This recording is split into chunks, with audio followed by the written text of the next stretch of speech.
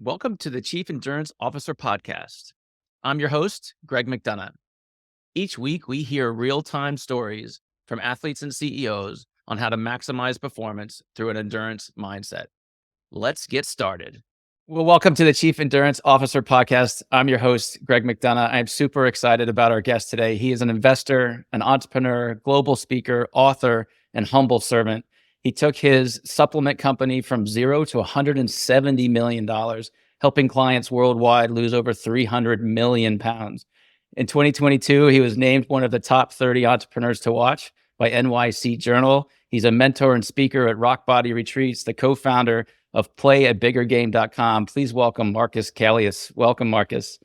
Greg, such a pleasure to be here. Thank you. And I want to make sure I correct something. I've helped people lose over 3 million pounds worldwide. When you said 300 million, I was like, holy smokes, that's a lot of weight. But still 3 million, a decent amount of pounds. Oh, well, sorry for slipping because my notes said 3 million, but either way, I was just mentally thinking and doing the calculus of like how many individuals, but we can get into that.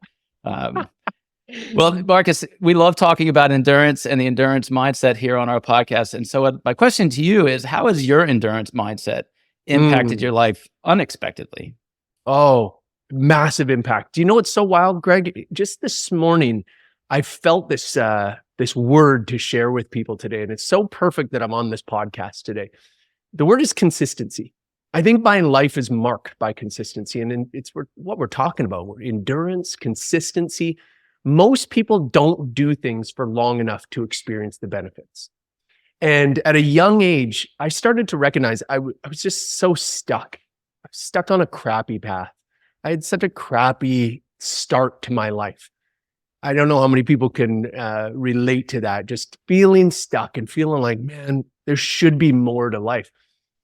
But for me, I didn't feel like I was born with a ton of talent. Like, hey, I'm not the best at this or that. Consistency is something I'm really good at. And I'll stick with something long enough that the longer you stay on a path, the more you realize people have dropped off and you're one of the few people that are still on this path. This is the endurance that we're talking about. And if you're willing to commit to that, if you're willing to do something every day, you don't have to be the best at it. But if you stay at it the longest, you're going to notice you quickly become one of the best in the world at it. And I'm living proof. I don't say I'm the best in the world at a lot of things, but man, the things that I've stuck with long enough have paid off so big. It is so well said, Markus. I'd love to rewind back in time. And when did you find or start valuing this consistency that you had?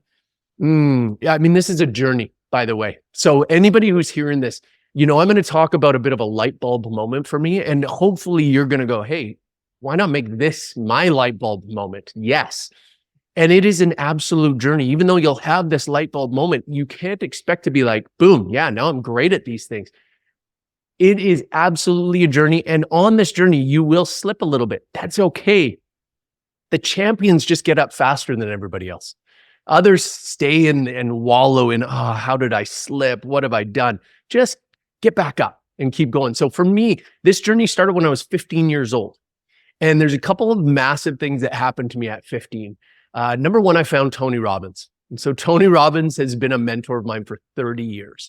Just listening to the words he said, it really resonated with me, especially when he talked about the habits that we can change, the things that we can create in ourselves. We get to write this story for ourselves.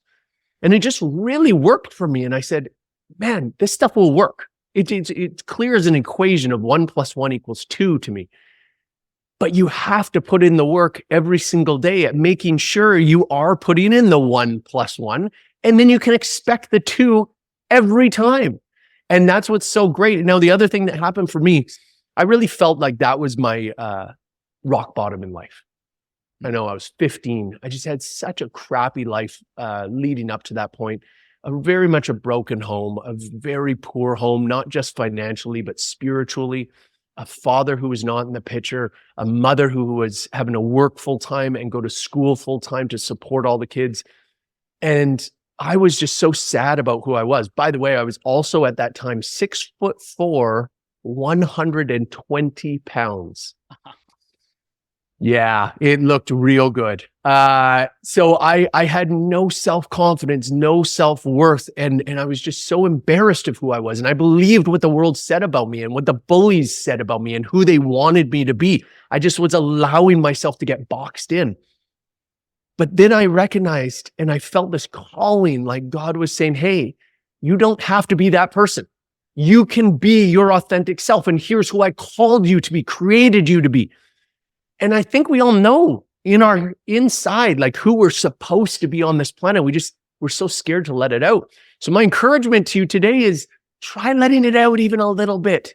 That stuff that you think is, that's the weird part of me. I've been told that's the crazy part. Man, let the crazy out. Let's get weird today. Just try it. And what you're going to notice is this. Yeah, it does repel some people. It just so happens those are the people you want to repel. It's like, why was I trying to impress this person? But then it really magnetizes other people who are like, oh man, there's something about you that is just amazing. And it's like, yeah, I'm going to spend more time with these people. That's the beautiful thing about being your authentic self. You're going to attract the right people and repel the wrong. And I just want to encourage everybody today, take a couple steps on that journey today. That's fantastic. I love doing the little bit weird, right? Just do it. Just get something started. Markus, let's dig into your word consistency a little bit more, and talk about that journey. So you've got a goal, or you're on a journey, or you're trying to get somewhere, and that self-doubt starts creeping in. Am I really going to get there? Is this truly the goal that I want to be achieving? Walk us through that emotional sort of roller coaster that we go through and how you have handled it. Greg, these are beautiful questions because there's so many different principles we have to apply here. And there's so many beautiful tools at your disposal. You just got to learn them. So let's talk about fitness, because I think that resonates with everybody. Everybody wants to have a better body, a better health, and all this. And that was a big part of my journey in the beginning. I mean, again, I was 120 pounds at 6'4". I was so embarrassed. But when I started to work out, it was so fast that I started to like how I felt. Now, barely anything changed. When you're 120 pounds at 6'4", you do not put on muscle easy. I mean, I'm like 123 pounds now. No. I've put on almost 100 pounds since then. But the workouts themselves, the discipline that it took to get in there consistently, it changed everything for me. I liked who I was. I had confidence. I had self-worth. And there's these little things on the journey that you have to stop and recognize. The fact that I said I was going to go work out and then did, that meant I was a man of integrity. And I loved that. I'm a man of my word. I said I'd do it and then I did it. That's awesome. Do you know how much confidence that builds in us? And then sometimes you just got to take a minute and go, yeah, I am that guy. And yeah, I deserve to have confidence. I deserve some success. These words, yeah, they might sound like, oh, are these words of affirmation? Or are you just this positive guy? Hey, if the way you're doing things is working for you, then you don't need to change anything. But if you think you could be doing a bit better in life, you could achieve a little bit more, you might be able to experience some more success inside your head, some more joy, some more fulfillment, then you might want to try a couple of these. Just try them a few times, see how it feels. When we take a moment to appreciate these little wins in our life, you release endorphins, you release dopamine. So your brain gives you instant gratification with like, wow, that feels pretty good. All right, I think I'm going to come back tomorrow for another workout. And then you start to make these changes because you know you're doing the right thing. And when I say you know, I really believe we all know. When I talk about exercise, it's like, what do you think you should be doing? Do you think you should be sitting on the couch for 6 hours a day? Or do you think it's going to help if you get out and get even 30 minutes of exercise every day? Well, yeah, I guess it would help. It would help. You knew. Should you be eating fast food every day? I think we all know the answer. But it doesn't mean you have to cut out fast food immediately. That is a recipe for failure as well, because how many of us have tried that to just switch our whole lives overnight? Yeah, I'm going to go no sugar, no fast food. I'll see you in 2 weeks. And I wish you all the best. Like, man, I'm not trying to curse you, but the truth is you got to take these smaller baby steps and then be consistent. So if you're eating fast food 7 days a week right now, what if you said 2 days a week you're not going to? That's it. You're just going to drop 2 days. It's very doable. And these little baby steps, you do that for 2 or 3 weeks, and it's like, that was not a big deal. Okay, now you're going to drop 2 more days. So these little changes will add up to something massive with the consistency, with the endurance. And I'm living proof of this. My workouts, I love talking about workouts too, because my workouts aren't the craziest workouts. Like, I don't think anybody's watching me going, whoa, that's the strongest guy. Oh, that guy lifts heavier or works harder. Like, I used to watch people and I'm like, was I born without heart? Because I see these other guys training with heart. It wasn't me. But you know what I am? I'm the guy who's there every single day. I mean, not every day. I take my rest days, but I'm in there year after year after year. And all of a sudden, again, there's less and less people. They've dropped off. Oh, I've got job now. I've got kids now. I've got these excuses and these. I'm here training my butt off after 30 years, and I'm getting the spoils of being one of the guys who's been doing it the whole time. So taking that one step further, the consistency, the 30 years, fitness, how do your goals change year over year or 36 months over, or however your goal period is? Like, you've had a goal. So last year, my goal was to run a mile every single day of the year, and I nailed it. And other things lined up in my life because of that little habit. Yeah. Some days the run was a walk because I had a heavy training day the day before, but I got out and did it. And now my kids come to me and say, Dad, have you done your mile today? It's hilarious. I love it. But what I've noticed is, as you develop these habits and be consistent, your goals do change because either you achieve it or you get a little bit closer. So talk to us about your goal setting mentality in the relationship with this consistency. Oh, I love this. But I want to highlight something real quick. One, I want to say, well done, brother. I'm so proud of you for what you accomplished, but especially how your kids took notice. And this is something people don't spend enough time thinking about and talking about. Think of the impact Greg made on his kids. For them to see it and for him to be talking about it with them. He was showing them, encouraging them. You think those kids aren't going to take up that stuff and recognize it? And it's not just about the exercise. It's the discipline of doing something consistently, and that he can do it. And even on days where we know there's days that Greg didn't want to go. We know it, but he still went. Those are the days he proved something the greatest to those kids. So I just want to congratulate you and celebrate with you, brother. It's phenomenal. I appreciate that. Yeah, the tough days still are. You're home from dinner, you're feeling lazy, you're looking downstairs at the treadmill, and you're like, but then you get that little push, and you just got to do it, even if you're in your slippers and your pajamas. Yes. By the way, I just want to say something about that. Those are the days that you will actually create the best memories and the best discipline. Because anybody can train on a day when, I totally felt up for it, and you won't remember it. You just won't. I've had a billion of those phenomenal days. But I remember the days that I'm like, I just don't feel it today. Holy, so you know what though? I'm gonna do it. I'm gonna do it. In fact, I'm not just gonna do it. I'm gonna go so hard. I'm gonna try and set a PR today. Because if I set a PR on a day like today, then there's nothing that can stop me. And those are the days we remember. So please, everybody, if you're feeling that today, take a minute to try and change your mindset to go, wow, this is a rare opportunity where I can actually create a memory. And I'm going to do something special today. But now, to answer your question, I love setting goals. I love thinking big. But here's where I think a lot of people go wrong. We set a big goal, and then we're staring at that goal every single day. And what becomes very hard about that, I actually love how Will Smith put this. Yes, Will Smith, the Fresh Prince, is the one who said this best, in my opinion. He has this beautiful story of when he was young, and his father, during the super hot summer, made him and his brother build this wall, brick by brick. And he got so caught up in like, this wall is so huge, there's no way it's ever going to happen. Think of how many goals we have like that. It's just so big. It's too big. I can't even start. But do you know how you build that wall? Do you know how you accomplish your goal? just one brick on top of another. You don't need to stare at the big goal. So what's really valuable to me is to set the goal and now put it aside. And now what do I need to do? What habits do I need to create? And what habits do I need to get out of my life so that that goal can be a reality? And now I just need to focus on these daily habits. As long as I'm doing these habits and I'm getting better 1% every single day, that goal is inevitable. I will reach it no matter what, because I'm going to do these things. 1 + 1 will equal 2.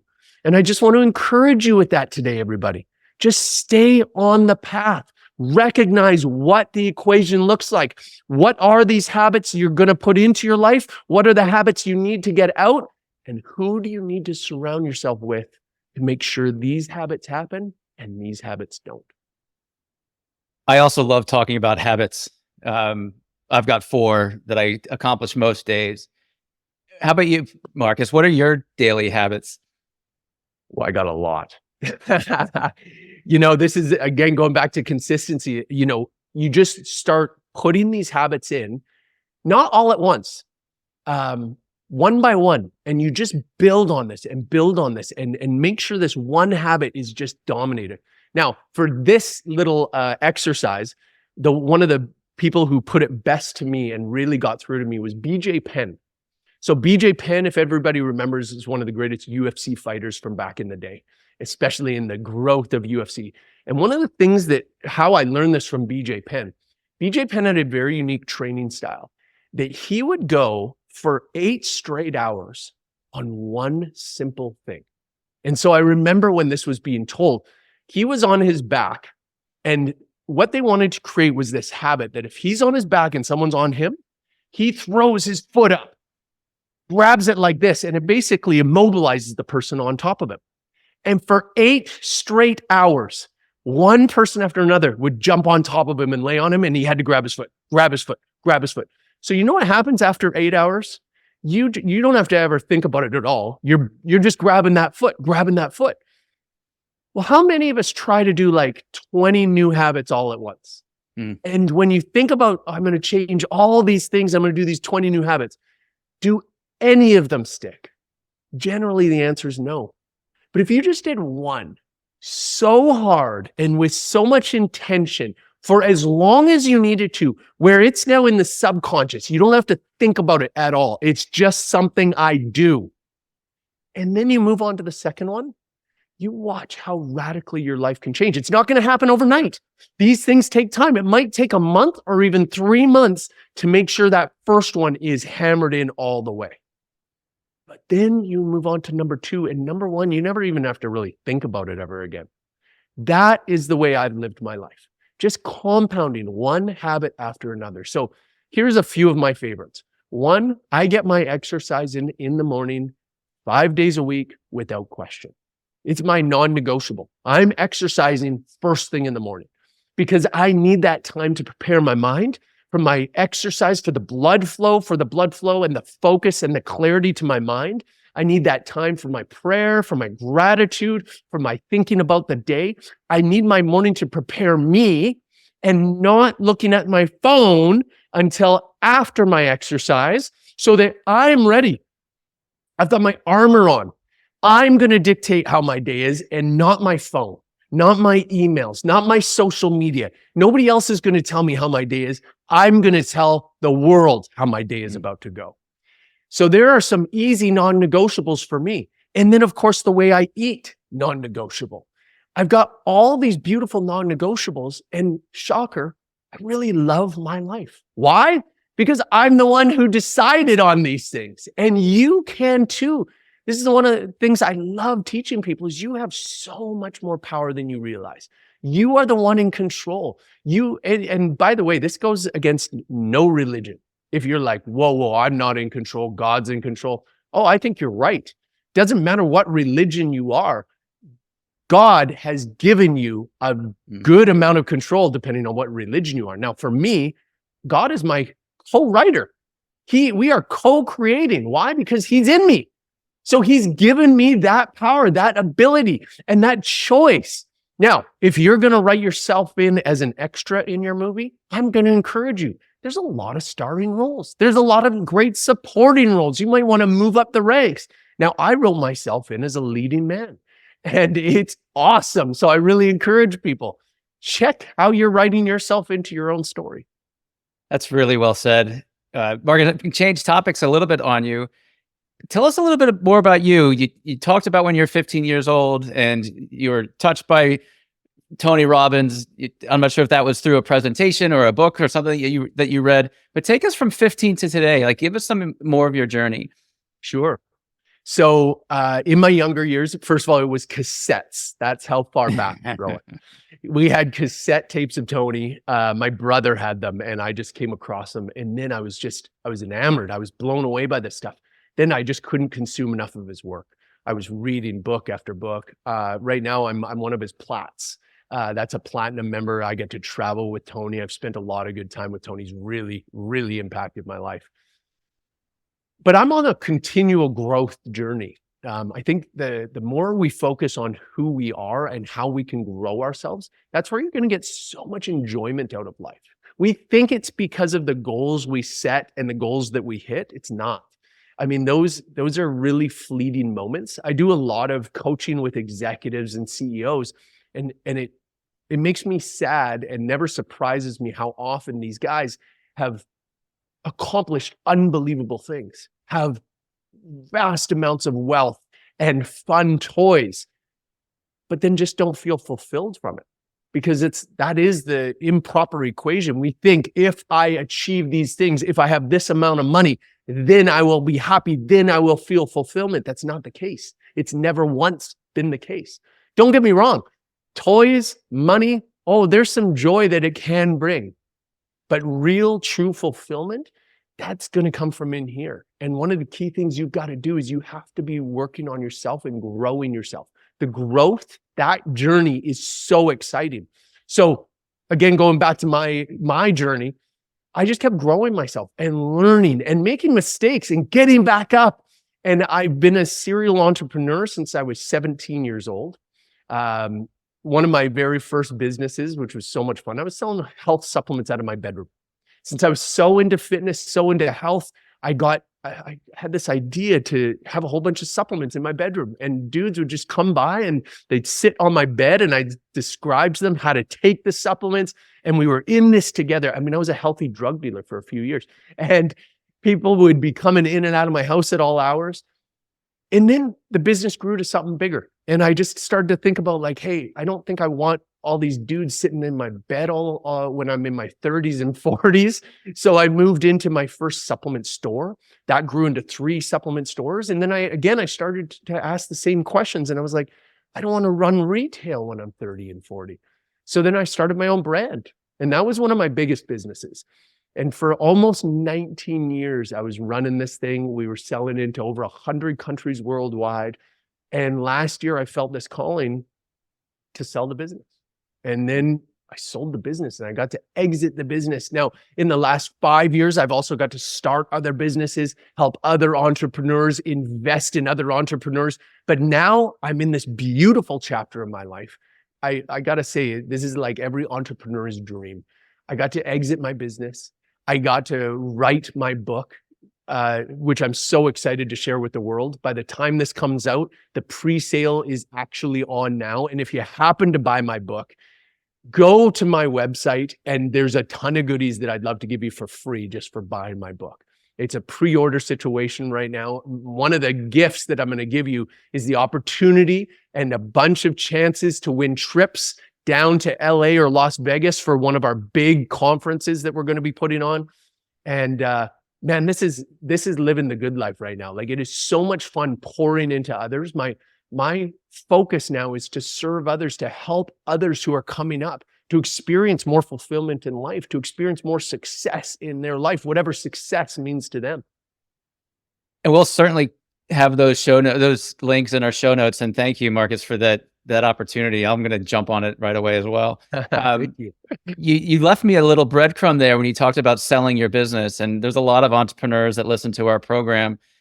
There's a tremendous amount of emotion that goes into that process from the day that you decide this is time to sell and you walk into your office and there's these employees. Walk us through sort of the emotional ups and downs that you went through during your sales process.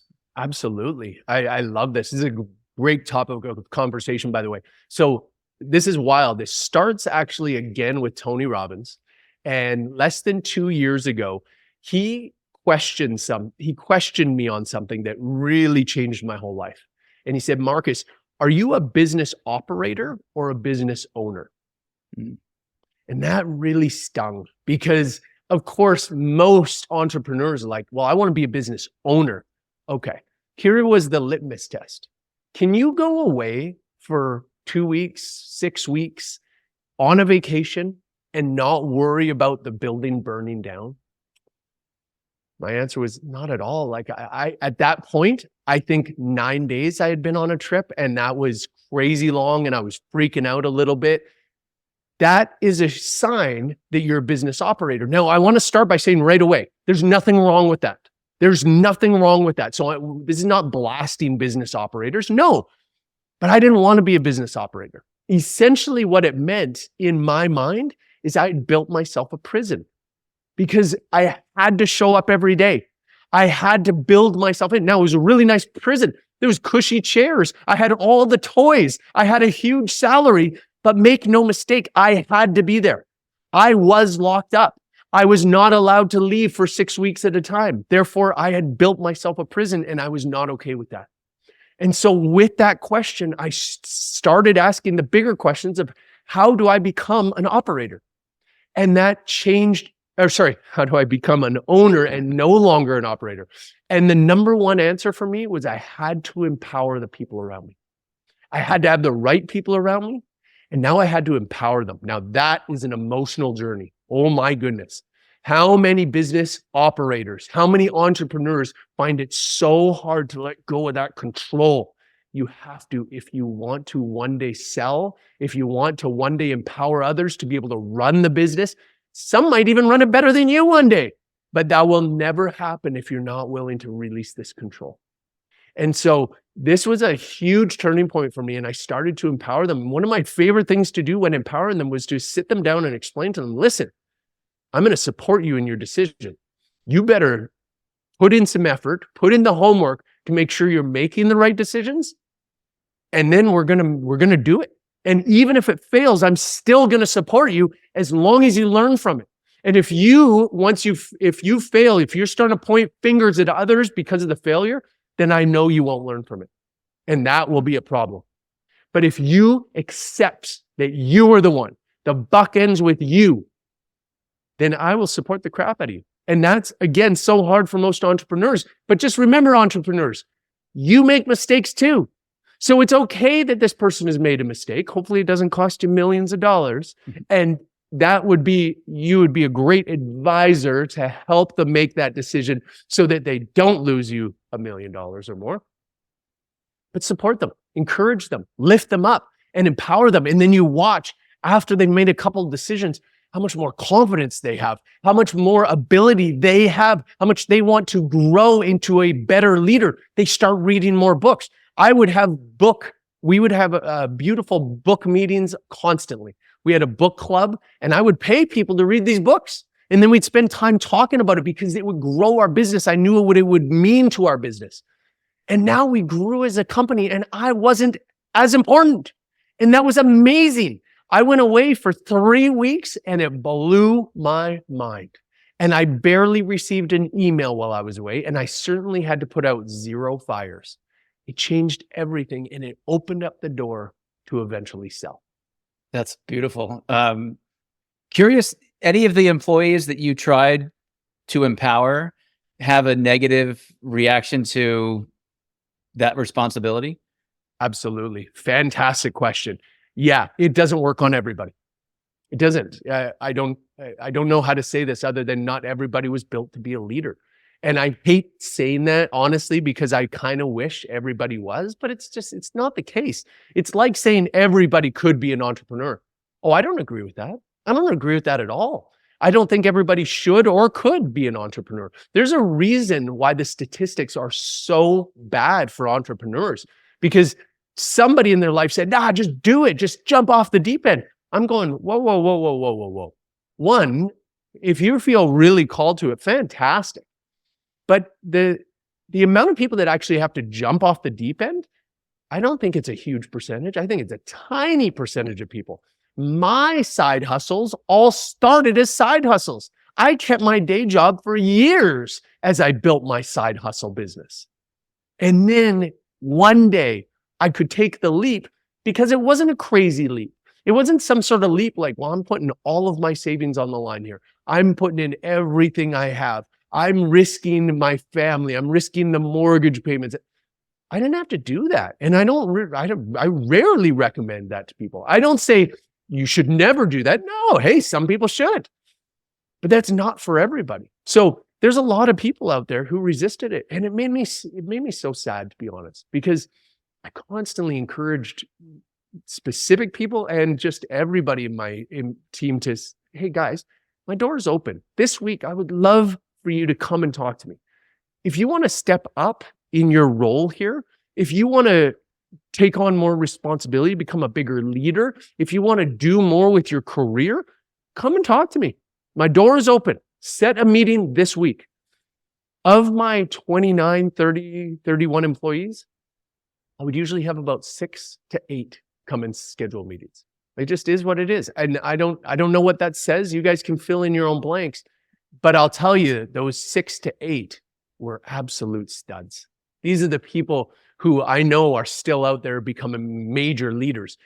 Through that company, we have so many people who became entrepreneurs, who went out and started their own businesses. And I love that. I'm not taking credit for it, but I'm saying I loved seeing that because they became the leader that they needed to become through my organization. That's fantastic. Having that open door, willing to mentor, it does attract a certain person that's going to say, yes, I'll take you up on this opportunity, versus I'm going to sit in the back and just sort of not be noticed. Markus, you mentioned earlier that you do coaching CEOs, executives. What else do you work on these days? So I have a mastermind that I love being part of. My new definition of success, and it's really taken shape over the last, let's say, 4 or 5 years, is helping others find their level of success, to achieve a new level of success, whatever success means to them. That excites me more than anything I can do for myself. I mean, I was so selfish for so many years, just focusing on what can I do for me. And man, not only is that a lonely journey, and I think there's a lot of people listening going, yep, really lonely journey. When you start focusing on others, not only does it become less of a lonely journey, but you experience so much more fulfillment. And I'll be honest, success. The greatest successes in my life have come in the last 5 years because I'm focusing on others and less on myself. So, man, there's so much I'm excited for right now. And so my mastermind, by the way, if anybody's interested in joining my mastermind, spending more time with me, come to playabiggergame.com. It's for people who want to play a bigger game in life. I love surrounding myself by bigger thinkers. And I love encouraging and challenging people and lifting each other up, pushing each other, keeping each other accountable. Man, this is the good stuff in life. So if you're feeling like, man, there's something Markus is saying that's connecting with me, will you please come connect with me? That is a sign that we are supposed to be hanging around each other. And I'd love to explore that. You got one sign up. So you just talked about thinking bigger and being collective in a group, and the group helps each other think bigger. What's an example of somebody in your community that's helped you think bigger? You know, I got to tell you, this happens literally every single day, because it's not just that one stream that you might think, which is like, oh man, we had this big conversation and now I'm thinking about changing the world. It's the little things. It's the little things that make you think bigger, because we get these blinders on in life.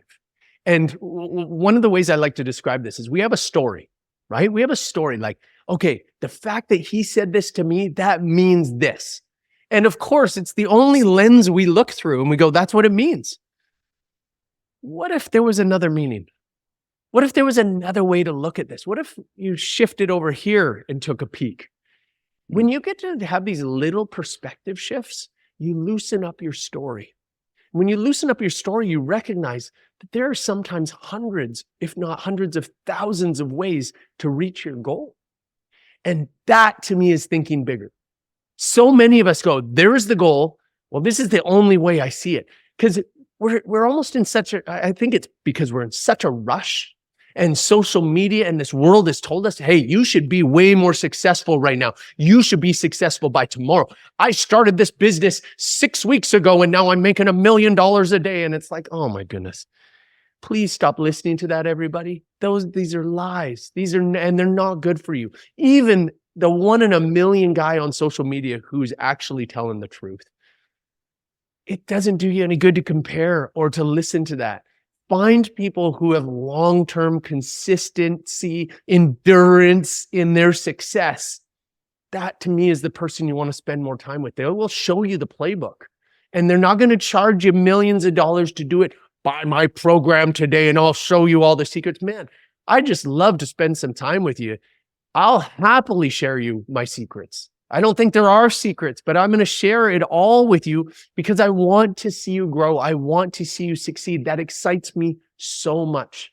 And it's one of the key reasons why I wrote the book. And by the way, in case you were wondering, Play a Bigger Game is the name of the book. And it's designed to help people play a bigger game in life.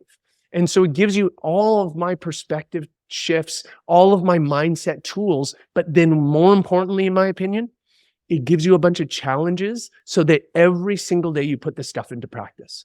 Because we're in such a consumeristic society. We consume. I listened, but then nothing changed. Nothing will change if you don't put it into action. One of my favorite equations on the planet is K, which is knowledge, minus A, which is action, equals 0. K minus A equals 0. If you don't take action, nothing will change. And so that's one of the key premises of my book. I give you action to take. You take these actions, your life will change. You do it with endurance. You do it with consistency. You can't even imagine the success you're going to experience in life. Wow, I can't wait. It's going to be a must read. Markus, how can an audience member get in touch with you?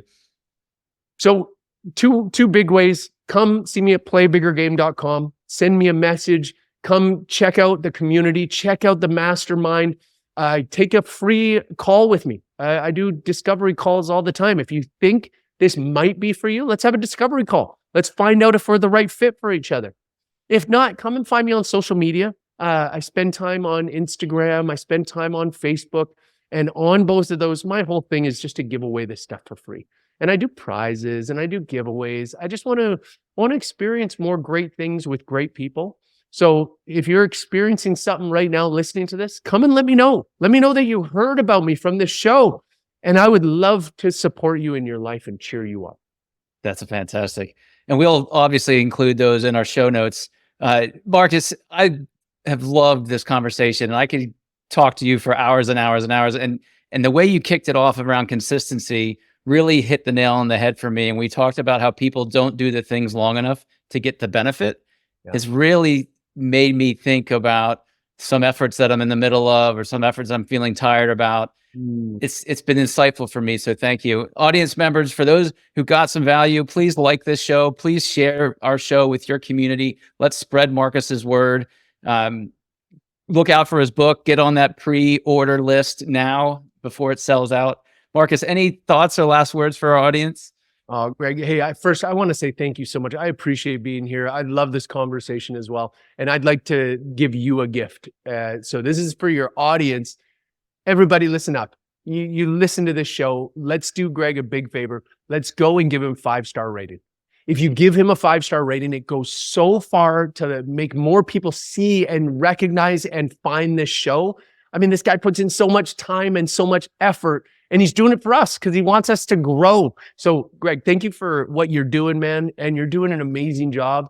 And man, I hope I breathed some life into you today. You breathed some life into me, man. And I just appreciated your time. The pleasure is all mine, Markus, and I hope to see you soon. Thank you for tuning in to the Chief Endurance Officer podcast. To hear more inspiring stories and strategies around the endurance mindset, be sure to subscribe below or visit us at chiefenduranceofficer.com. Until next time, keep pushing those limits.